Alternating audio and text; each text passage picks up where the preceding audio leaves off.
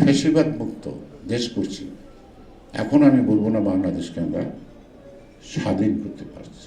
এই পরিবর্তনের পরে কিন্তু দেখা গেছে যে 16 বছর আক্রান্ত ছিলাম আমরা নানাভাবে, অর্থাৎ সার্বভৌমত্বের প্রশ্নে, দেশীয় স্বার্থের প্রশ্নে, দেশীয় সম্পদ নিজের দেশের জন্য ব্যবহার না করে অন্যের দেশকে ব্যবহার করার মধ্য দিয়ে আমাদেরকে অনেকটাই নামে মাত্র স্বাধীনতা হলো একটা সার্বভৌমত্বহীন রাষ্ট্রে পরিণত হয়েছে। কিন্তু 5ই আগস্টের আগ থেকে আজকে এখন দেখেন সারা বাংলাদেশের মানুষ কিন্তু একটা জায়গায় একত্রিত, বাংলাদেশের প্রশ্নে একটা জায়গায় একত্রিত ভারতীয় আগ্রাসী শক্তির বিরুদ্ধে, একটা জায়গায় একত্রিত এখন ভারত আমাদের থেকে অনেক নিচে, অর্থাৎ শেখ হাসিনা নিজের বক্তব্য যা দিয়েছি তা আজীবন মনে রাখতে হবে। এখন কত লোক শেখ হাসিনা তো ব্যক্তিগত কিছু দেয় নাই, ব্যক্তিগত কিছু দেয় নাই, যা দিচ্ছে রাষ্ট্রের দিচ্ছে। সেই রাষ্ট্রের যে দেওয়াটা সেটা আমরা পুনর্গঠন করার মধ্য দিয়ে কিন্তু আমাদের যে মৌলিক ভাবনা দেশাত্মবোধ, সেই ভাবনা থেকে আমাদের নির্ধারণ করতে হবে যে আমার কতটুকু নিচ্ছে সেটা কতটুকু উদ্ধার আমি করতে পারবো এবং উদ্ধার করার চেষ্টা করা। আর পাশাপাশি আমরা নতুন করে আমার দেশের স্বার্থ বিসর্জন দিয়ে আমরা কেউ ক্ষমতায় যেতে চাইব না। এই বোধটা যদি তৈরি হয় তাহলে কিন্তু বাইরের শক্তি কখনো আমাদের ভিতরে হস্তক্ষেপ করতে পারে না। আর জাতি যখন দ্বিধাবিভক্ত হয়ে যায় সেই জাতিকে যে কোনো আগ্রাসী শক্তি কিন্তু শোষণ করতে পারে অথবা তাদের স্বার্থ হাসিল করার একটা অভয়ারণ্য সৃষ্টি করতে পারে, যেটা গত 16 বছর ছিল।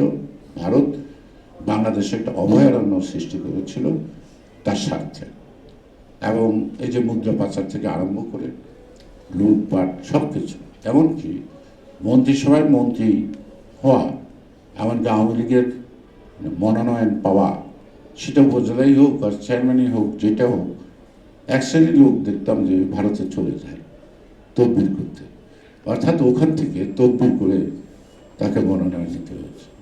মন্ত্রী সেটাও কিন্তু ভারতের কাছে তদবির করে দিত।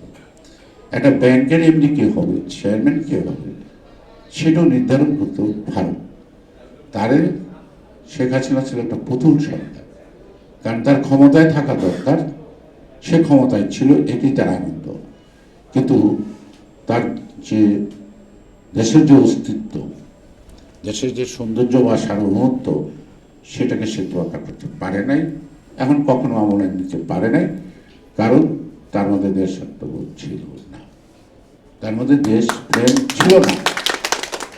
সে আত্মপ্রেমিক হতে পারে, গোষ্ঠীপ্রেমিক হতে পারে, তার বংশের ভাই বোন যে বিভিন্ন ধরনের তাদেরকে অর্থের পাহাড় করে দিতে পারে, কিন্তু মূলত কিন্তু বাংলাদেশের মর্যাদা কিন্তু ক্ষুণ্ণ করে দিচ্ছে চারিদিক থেকে।